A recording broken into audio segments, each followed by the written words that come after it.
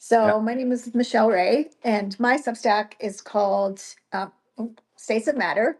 And I am a writer, nonfiction writer, and I mainly just publish my essays on Substack and my memoir. And over the past few months, I've developed a writing community called the Story Space. And I also offer services like writing, tutoring type services. And one thing I really like to focus on and that we're going to work on today is it's basically called story discovery. So it is just a session where I talk over a particular instance or situation with a person, friend, whoever, and we just try to hone in on the story, like what it's really about, and how the person can use the story to connect with their audience or just themselves. So I will introduce Dan Ackers. He writes a subset called The Adaptive Human, and he can just maybe tell us a little bit about himself and also maybe why you decided to do this session with me. Yeah. So my name is Dan Ackers, and I'm from Finland. I'm living together with my wife and our three young kids. The like their age 3, 2, and then there's the baby who's 6 months old. So we've got the busy child life that I'm living at home, and then I work. I have a full-time job as an IT developer, and then I decided to start writing on Substack because I felt like it feels like an interesting avenue for my life. And the adaptive human is my Substack is about noticing hidden patterns in our ordinary lives that I've been pretty excited about for the last 6 months that I've been writing it. So Yeah, you've been doing really well. Yeah. So and what kind of caused you to want to do this session? well, the main and obvious reason is because I did I noticed you were asking for people who would volunteer and help out with this. So the Mhm. main reason is I wanted to help you out with it. Thank you. But then on top of that, I when I was thinking about which story should I start discovering about, then I did find that there is definitely still instances or periods in my life that I could work on and try to get a little bit deeper in. And I Mhm. figured it's pretty much like a win-win for me and you. Yes. Yes, thank you. Yes, I've done a few other story discovery sessions, but usually they're not online. So the only Mm. other one we've done live, or I've done live, is with David, and that went pretty well. So I thought Yeah. it would be really fun to do them live, so people can see kind of the process and also think through themselves as we're discussing to hopefully Mm. really start thinking about their own stories and how they could bring them, to the forefront. So, um, Dan filled out a survey. It was just a very short survey, a few questions, which kind of helped me um, get some background and understand specifically what he wants to talk about. And he kind of brought up 2 points, but we're going to focus on one. And Hmm. so I just wanted to start by having you give us a little bit of background. So you basically pointed out that you started a company, gathered founders around you. It became pretty successful, but throughout the process, even from the founding, you didn't feel like you were as excited or felt as satisfied as you may have thought you would. So maybe can you explain a little bit about that situation? So after, should I say, when I was founding a company, it wasn't really one of those like ideas that was super excited about. Like, I mean, yes, I knew about from my early childhood that if I wanted to be happy with whatever work I do, I needed to be an entrepreneur, like starting my own business. I'm that kind of a person. It just feels like it's natural to me. So when after I had run a certain summer project teaching kids how to program, and that was actually surprisingly successful considering it was like the first time ever running it, and I pretty much did it for fun. Uh, then after I had run that and presented it to to some people, like the results of that, the first summer, I got pretty much urged into creating a company around it. Like it was fun for me to do it, but it wasn't really, I could say, something I was super passionate about. Yeah, I enjoyed it, but it wasn't something I was super passionate about. So after, and the person who, and the probably the strongest urging came from the country manager of Sony Ericsson, if you probably know that Mhm. company. Yeah. um, he happened to be hearing who my presentation. He was like, he thought it was so cool that he wanted to see more of it. Hmm.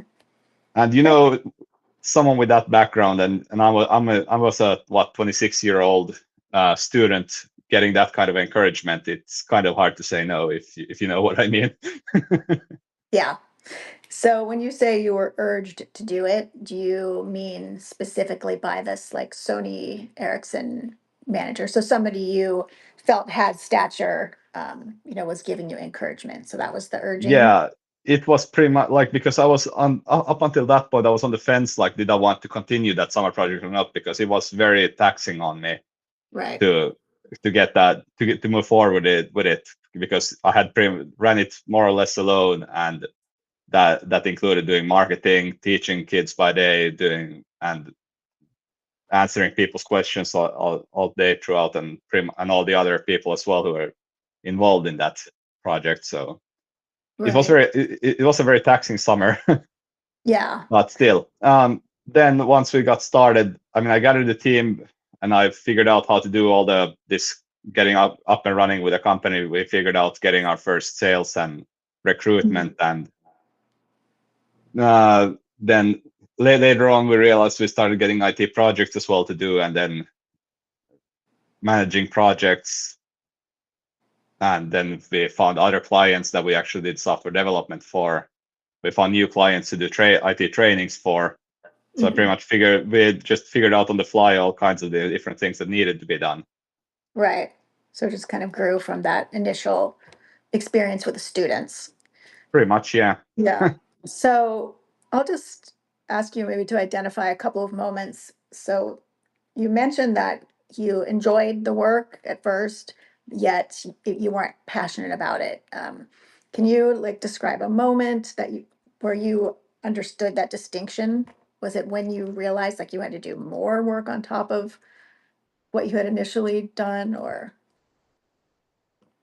I'd say it was somewhere, the distinction I think I noticed it was about in 2018, late spring, when I was working on a client project, and dealing with just basic stuff that needed to be done for it. And it just felt like um the job didn't satisfy me per se. That I had the client project I needed to do, but then on top of that, I had the company management stuff.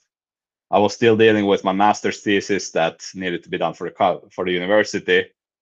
Mhm. So yeah, I had a lot on my plate, and well, I guess you could say that maybe because I had so many things on my plate that I couldn't enjoy what we were doing that much. But still, it was, so in a sense it could be overwhelmed. But I do remember the moment in late spring on 2018 that I was working on a client project and it felt like, why am I doing this? Like, it Yeah. was actually one of those strong moments there. Yeah. So you identify partly could have been overwhelmed, like just feeling It like could it's be, too yeah. much, but um, but you felt like it was maybe deeper than that. And to me, what it sounds like so far as you've described it is it potentially could have been something that you enjoyed, um, but then that enjoyment was kind of like blocked or it was like blocked, but it was kind of ruined in a sense by all the extra work that you had to do on top of it. Is that fair to You say? Like, it's it could be that, like, it's hard to say for certain, because it's the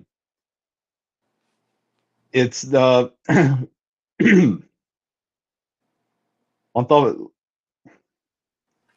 this is another thing that's not directly related to the company per se, but it's not something I've identified that was happening all around me throughout my growing up life in the university, which is that I was still experiencing kind of an emotional narrowing, in a Mm, sense that that's something that was from the back, all the way back when I was like when my parents were divorced, and I pretty much just got my emotions were kind of shut down in many ways okay. throughout my adult life.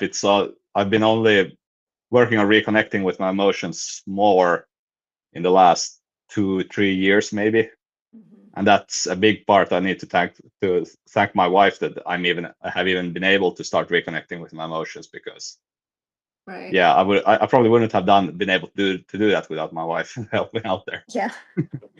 Yeah. And their spouses are good for that, aren't they? But For better and for worse. yeah. So what it sounds like you're saying is like the emotional narrowing may have been sort of bleeding over into your like It work may life have been or it creative may have life. been it Yeah. may have been a contributing factor for sure. Yeah. And it also sounds a little bit like the kind of like the classic artistic conundrum where you enjoy the process of something, creating your art. Like, I don't know if you Mm. considered this programming your art, but you enjoy your art, but then the moment you have to like make it more commercial, then it's not as satisfying. I don't know if that applies to you or not, but that's the process. It reminded me of that process. Yeah, I understand what you're trying to get to here, but I do not think No. that was what's in at stake here. Like, Okay. programming is something I've pretty much always been pretty good So you at, but don't. it's never been something I particularly enjoy that much. Right. So it's not, you don't think of it like an art form or anything like that. Nah, Not like not you're really. I writing mean, or no, yeah. programming's always been for me like problem solving. It's like I Yeah. know I have a problem I need to solve, and then I just write some code that does that. I never Yeah. thought about it much more than that. Right. Okay. No, that makes sense. So the emotional narrowing, I think that sounds probably more, well, that sounds like you see that as a more viable, not option, but possibility than the other. So, um, that's gonna maybe shift a little bit. So you kind of what you described to me is sort of like beginning, what happened at sort of at the start. Um, I assume over the years, like how many years did you have the company? We founded it in 2017, and we basically sold it in 23. So that's what 6 years. Yeah. And And then I mean, I'm still employed by the company that bought us, and I do the work for a paycheck, but it's not. right, you sold the yeah. But yeah, we And sold the ownership in it. yeah. So when you sold it or even when you realized that's the direction you were going, was that like how did you feel in those instances or in that time It just period? I just remember feeling like it was the natural progression of the company. Like we had a kind of like I had drafted up a plan at the beginning of the company that was it was rough, but you could definitely see throughout the how it went that the plan was surprisingly accurately followed throughout the Mm, whole arc of the company until the exit of it. yeah, Like, yes, I would say our exit came up like 2 years earlier than I had originally planned, but due to how COVID changed our world, it was pretty much forced, or it made the reasoning to why we should like sell it earlier a very right. much like a strong reason to how should I don't know what's the word for it here in English, but Yeah, I know what you mean. Like it was an appropriate, like it was a yeah, natural yeah, it was appropriate, progression. natural, yeah. Yeah. Yeah.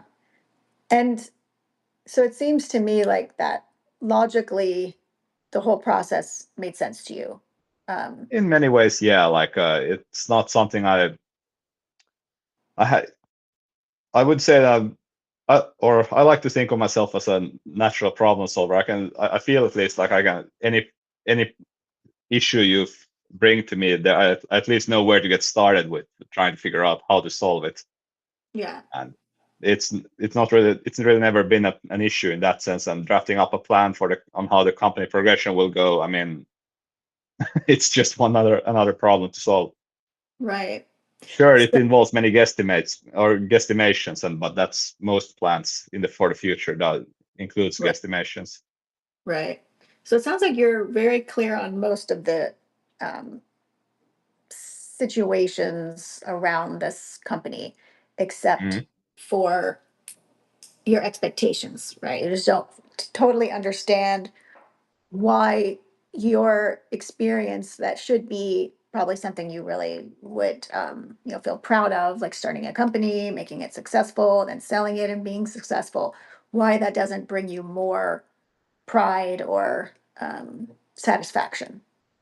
Yeah, that's actually it is a very interesting question for me as well, because I never really found it as anything to be proud of. Like, even while I was founding it and we started seeing success, like I remember my co-founders talking about it, like, and being proud of it, that we've gotten our company together and made this and this much turnover at any given year, or we landed this big client or whatever. Mhm.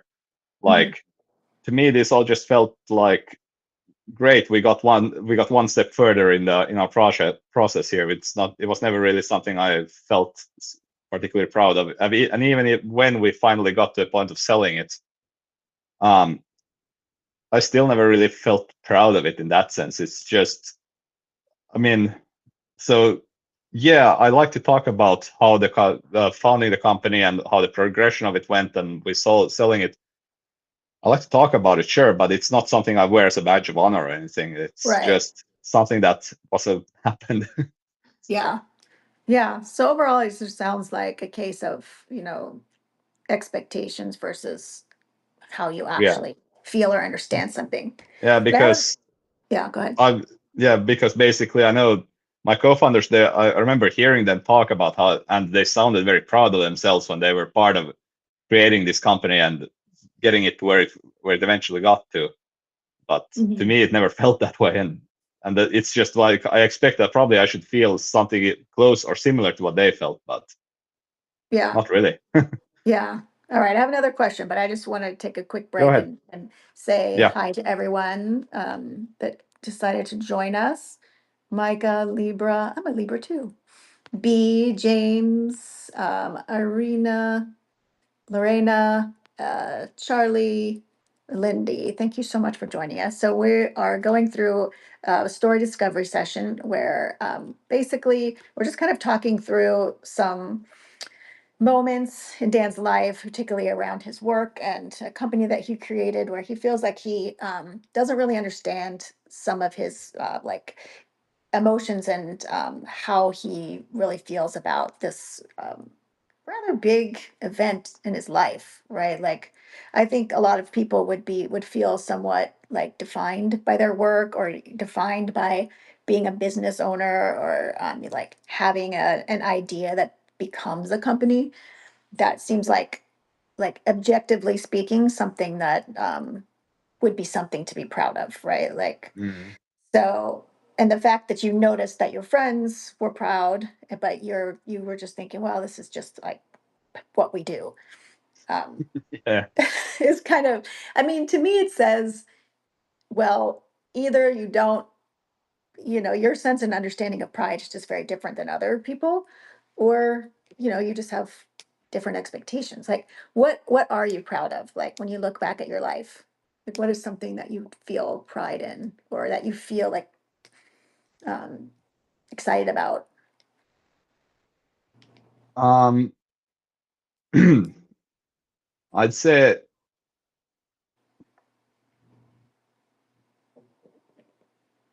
I wouldn't really say that I have any specific achievements or something I've done that I'm particularly proud of. It's more like what I feel, at least, like I'm getting joy out of, and getting my emotional feel is just from the people around me, and the way people know me. Like, I don't really feel like I care about any specific. achievements or any specific things I've done. And it's more what I care about is just the fact that I'm get to continue helping and making a difference in some positive way around me in my community, if that happens, or in the or in the greater world even. I mean, you could say I'm a somewhat ambitious person, but I don't really do it for the achievement or some kind of badge of honor for it. I just do it because I feel like I want to get this done. Right. So you're not, the accolades aren't, what's driving you essentially. Yeah.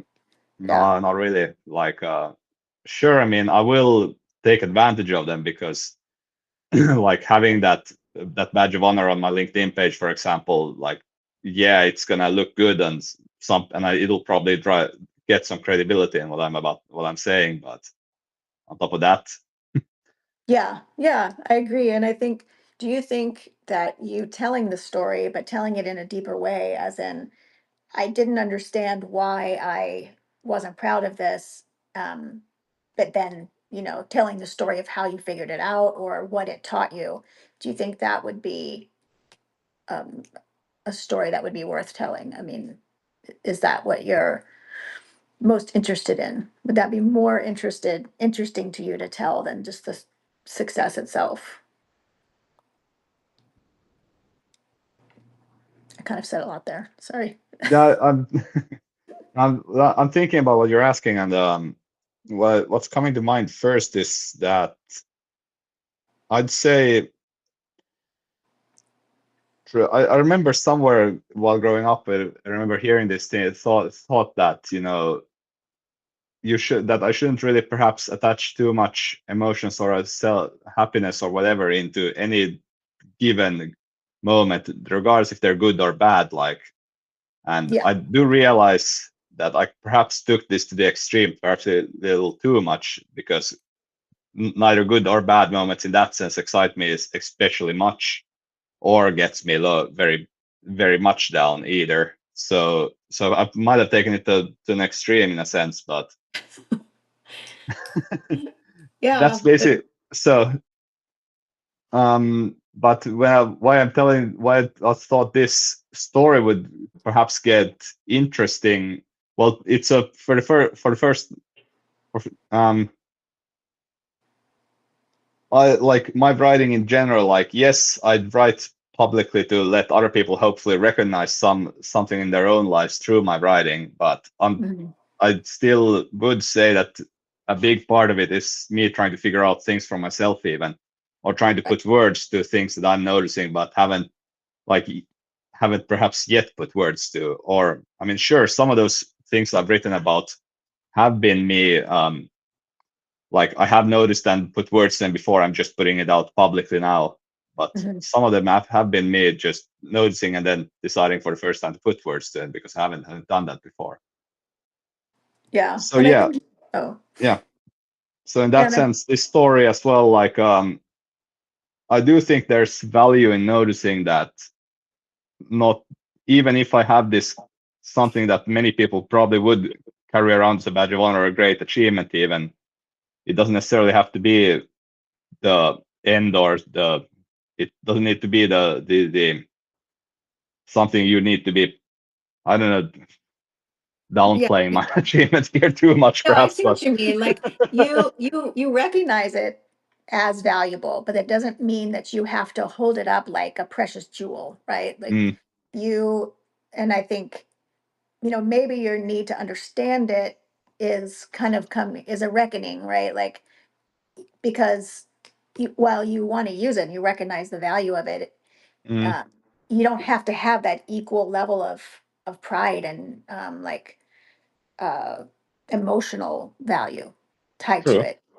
So, I mean, maybe part of your like lack of understanding is just feeling like there's like the expectation is that you should feel better about this. But Mm, when the truth is, maybe it's like it doesn't sound like, at least in what you've described to me, like that things or situations do give you a lot of value. Like you talk about the people. Um, so I mean, to me, it's a very relatable situation, right? I think all of us. especially, as an American, like we are really taught to, go out and go to college and graduate and get a job, and it's all about success and achievements and Mm, milestones. And so every time we get to a milestone, we're sort of taught to stop and say, like, look at me, like I have value because I've got to this milestone. But just because you're at the milestone doesn't mean that automatically makes you happy, right? mm. Like, so I don't think. I think what you already know is like the milestone itself isn't the reason that you're happy or you should be happy. It's you know maybe it's a reason, or maybe it's your emotional narrowing, and that's the reason for it, or maybe it's just you discovering that you don't have to be that like excited about it. Either way. It But can I be. think people relate. Yeah. I'm sorry. Go ahead. No, I mean, it's there. There is that like I do feel also that throughout getting the company to where it was like, and I gathering the team that we founded, like basically most of the co-founders were also students, and just bringing them with me on that journey and getting that the company where it was like the first 12, almost 20 recruits also were those people I had found through either through the university or just knew from other sources that I knew that these people would be good people for the company and just wanted to make sure Yeah. if we could recruit them, we would. Yeah. So Yeah. I do have this sense of achievement that I helped a lot of people get to either get a good start in their professional careers and then obviously the co-founders, they definitely got like a decent income as well through it. So Yeah. Yeah.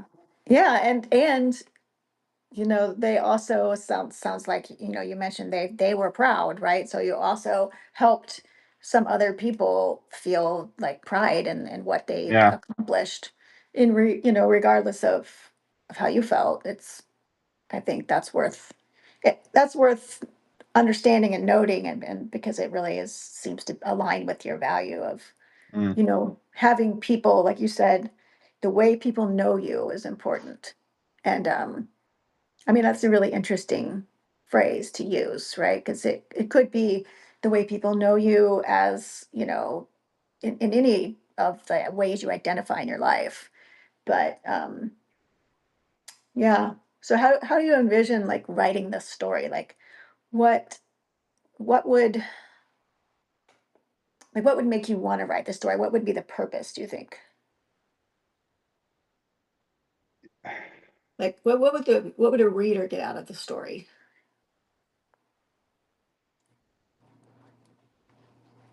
that's actually a very good question here. What Yeah. I'm looking at, like I'll just spitball ideas here because I don't really know a great answer yet, but I do see that the reader could see that, hey, um, you could just get started with something and then suddenly that can turn into a company. Like you don't need to have a great plan for it. And honestly, my plan wasn't great when we got started. Yeah. Um, there's the value of goodwill because the fact that I had helped so many young kids learning how to program, and our first three clients, I think at least, maybe four first. I don't remember how many, but many of our first clients, regardless. Uh, I remember them expressly telling me that, or me, or one of my co-founders, that summer project that their kids had attended it and they were really happy about it. And one of the reasons why they bought from us was that we had done that summer project. Right. So they trusted Uh, you. You built trust, yeah, and yeah. pretty much, and also goodwill because they wanted to help us succeed. Right. Yeah. Then there's the obviously the less so we'll had to learn through plenty of pitfalls. Like we made those basic young entrepreneur mistakes, most of them at least, and we had to figure out how to get out of them or do something better. Yeah. So obviously I could spend time on those, but I think there's plenty of other business people already talking about them, so I don't need to do that much. Uh, then there's the idea that you know the just the fact that you can help other people, that, I mean, there's also value in that. But well, something I do like to think of, that if you really want to help other people, you got to help yourself first. Mhm. So there's the problem of like selfishness versus generosity. If that's, I'm not sure if that selfishness or versus selflessness. Like I Yeah. do want to help other people, but I feel like in order to really help other people, I need to be in a position where I actually can do it. Because obviously, yeah, I could go as a volunteer and help out a lot of people, but I don't think that moves the needle that much, honestly. So if I Yeah. really want to help other people, I need to be in a position where I can actually move the needle quite a bit more, I think. Right. Um, then there's obviously there's that goalposts keeps moving. Like I have actually a piece written about goalposts keeps moving. I didn't use the company as a focus on that in that particular piece, because I can recognize that goalposts keeps moving through other events in my life as well. Then there's mm, like the like we explained the circumstances that led to us noticing that, hey, we should actually sell the company now. We came up with like 9 poor reasons to sell the company, but we actually had 2 major ones that we had of, and one of them was the public reason, the other one was our private reason, more or less. Mhm. That I could obviously bring up. Then there's part of it's also like building while I had like going through my emotional, like, or being like emotionally narrowed at the time and not really feeling that much, which probably also caused my own issues, because um I used to give more speeches in our company and especially while we're getting started, and I did start doing it less because we have there was one client meeting where we, let's just say, I said something in the client meeting that was in poor taste, and I recognized that afterwards. But Uh-huh. because of that one example, my co-founders pretty much talked me into basically giving less speeches and also just pulling myself into the background. And I feel like I accepted that way too easily compared to what I should have. Yeah. Um, and basically also something that's worth recognizing, we still got that client regardless if I Yeah. said something in poor taste.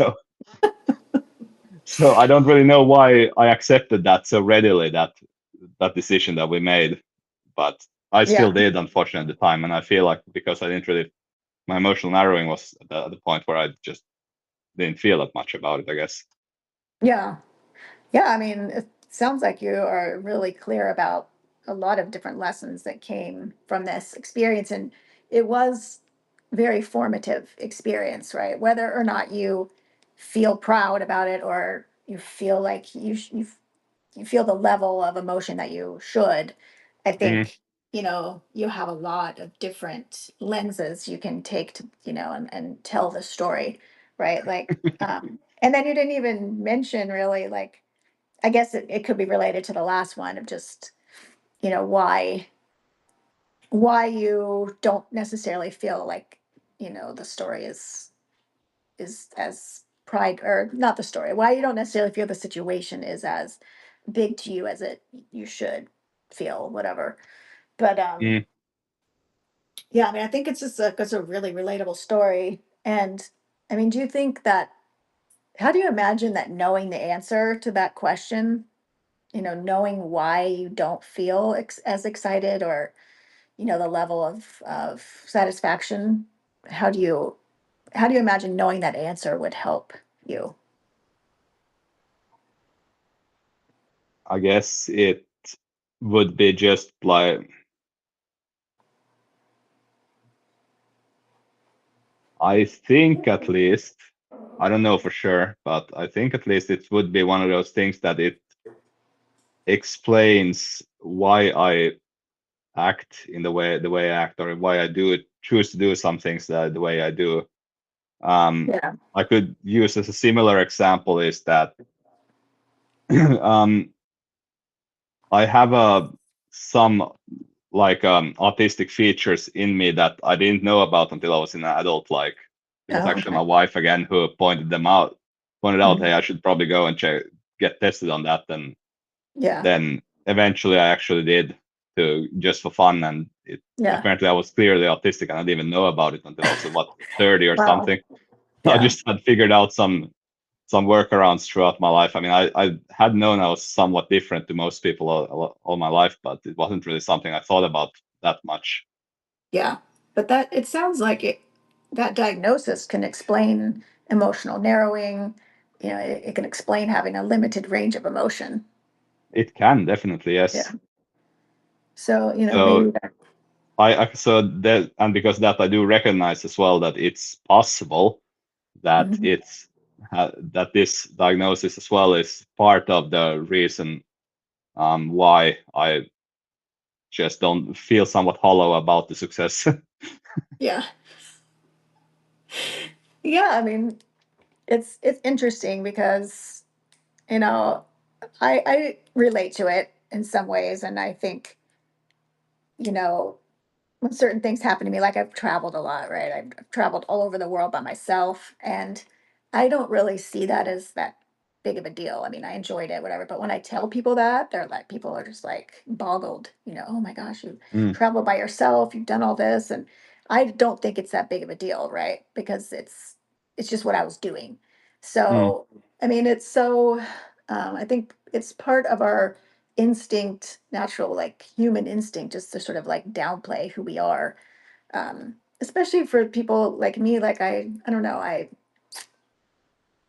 have like a history or a preponderance for like just self depreciation. Like I just never think that I'm as good as maybe other people do. So I think recognizing that about yourself is also kind of important. Like other people can see you in however way they can see you. That's not doesn't have anything to do with you. Like I shouldn't. What I've realized is like I shouldn't question when people think that I'm good or I have done something that they think I should be proud of, like because that's their perspective. mm, So I shouldn't say, oh, that's nothing, because there's nothing more annoying than when that happens. Like my husband has done that to me because he's like, oh, there you go with the butts again. Because he'll give me a compliment and then I'll say, yeah, but, and then I'll say something like, oh, but blah yeah. blah blah blah. So I don't know. Yeah, I It's mean, I that's a very natural instinct for human beings. I would argue that due to how our educational system, I'm not sure how it's in the US, but I'm guessing at least in Finland, girls, especially when they were growing up, used to be quite a lot more about this being perfect, and if they felt like they needed to be perfect, but then if someone gave them a compliment, they'd go, yeah, thanks, but because XYZ, they weren't perfect in their yeah, opinion, yeah, then that it was always a valid but to give there. And yeah, I yeah, recognize that's something I know, like I do point out to my wife a few every now and then when she does that. And I can see that, and it's unfortunately the education system here in Finland, at least, is partially responsible for it. yeah. Yeah, I don't know if I could link it to the education system here, but I think for me it's just a part of my makeup. But I see it in a lot of people. There's just a natural unwillingness to kind of take credit for themselves, which is unfortunate, but it is how we are sometimes. But I mean, just to wrap it up, I mean, I think the story has so many different possible applications, and I wrote a lot of notes, and I'm going to write you a little sort of like the post All right. story discovery session where I'll just kind of give you my take and how I think you could use the stories. But you know, I think that you you know a lot more probably than you're like piecing together, and I would encourage that too. Just try to connect some of the things you're saying, write about it. Like, do you write in a journal? Yeah, I do, and not all of it becomes a post on the Substack. Yeah, yeah, it doesn't need to. I think just writing, even like if you don't write, you could talk through things. I think just like talking through, especially you as a problem solver. I think being a Mm, problem solver is like looking at all the angles and thinking about how they connect and writing about it or just thinking through it. It's probably really help you. Um, yeah, which is different than talking to someone about it, right? Because talking to someone mm, about it is a whole nother story, and that isn't always, it can be helpful, but I think we also need to just like unload the stuff from our brain sometimes too. yeah, I recognize that. I also something I've noticed for myself that works so often because is that when I'm talking through with something with someone else, I quite often actually happen or get my best thinking done when I'm talking it through, and Yeah, therefore, and another human being is pretty much the best option for it. Just to, I mean, I can talk to myself and get some of it figured out there, but you've been able to point out quite a few things that I hadn't thought about or hadn't thought to ask of myself yet, which is yeah, why I feel like I got a few new realizations throughout this conversation as well that I probably yeah. wouldn't have gotten otherwise. That's good. Yeah, and I think it's a very ripe story. It's ripe for the telling. You get a lot of like a Yeah, lot of people would understand and resonate with the story, I think, in a lot of different ways. All the ways you can tell it too, whether it's about I business or about emotions. yeah. It's a difficult like I've mentioned it like in passing with some people, but I have been writing or getting started with writing a book, and I haven't really. It's difficult to figure out the exact way I want to frame it, also because I do have the story, the bones of the story is written already, but it's just then building on top of that. In what way do I want this to land? In many ways, because I don't really care about doing it the traditional memoir and say that I did this, woohoo, look at me kind of way. Right. I don't really care about that. It's more like trying what the angles I want to try and bring out, or what things do I want people to recognize through these different stories. And that's been something that's taken me a lot more time to work through in that book than I Yeah. had thought about initially. Yeah. I mean, it just takes time. It Uh, has, like I was writing my memoir for 5 years before I actually started writing it. I just wrote out a bunch of scenes and situations and experiences from the time period that I was looking at. yeah. And then it took me another year and a half to like put everything together and think about what I was trying to say. So, I mean, I would just encourage you to keep to write these situations out without thinking how you wanted people to read it, because you don't know. Like I would just like write it all out, just however it comes to you, and then decide. That might But be actually, in some cases, I think that actually could be something I should do more than I do right now. yeah, I think it's useful. Yeah, it can be, definitely. But I mean, you're really clear. I think you're really clear on the situation. Like I expected you to not like be understanding what happened, but I think you really are. You have good clarity on what happened, why it happened, how you felt about it. Mm. It's like you haven't put all the pieces together. So, but I'll write you a note and we'll just go from there.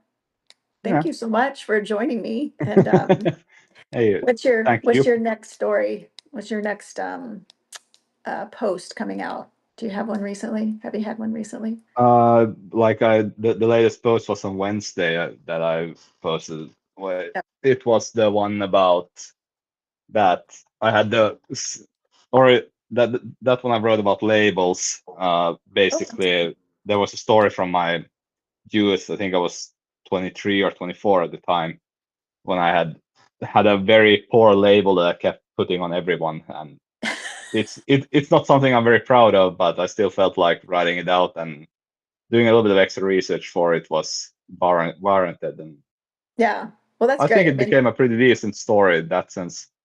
yeah, I'll check it out. I mean, to me, like that's the most valuable trait of a memoirist is willingness to really be vulnerable and show the whole truth. Like it's not just an exercise in uplifting yourself. It's really about Yeah, showing the full story. So I'll check it out. no, that's awesome. Thank you. And yeah, I am gonna write in. Like I had planned on writing yesterday as well for my Sundays piece, but I haven't finished the Sundays piece yet, so I'm not really sure what it's going to be about. Because I feel at least like the what I started on there on yesterday doesn't feel like that's the piece. I'm probably have to think about something else instead. Yeah, well, you'll have a lot of content from this session, so Yeah, I think so too. Like, I'm not sure if you've experienced that, but for me at least, because I try to write two posts a week, and occasionally it happens that I get started with writing one piece, and then halfway through I feel like no, this ain't it, and then it just gets I've save it as a draft, and then start on something else instead. And yeah. well, I mean, I still have some of those drafts from last December. I haven't gone back to yet. Yeah, I mean, and I think that's a smart way to like, I guess, think about it. You know, if you're not motivated to write something, don't force yourself because Yeah, people will know. You know, like, yeah, so yeah. But you have a full, drawer of drafts there. You can always go back to. So that's good. yeah.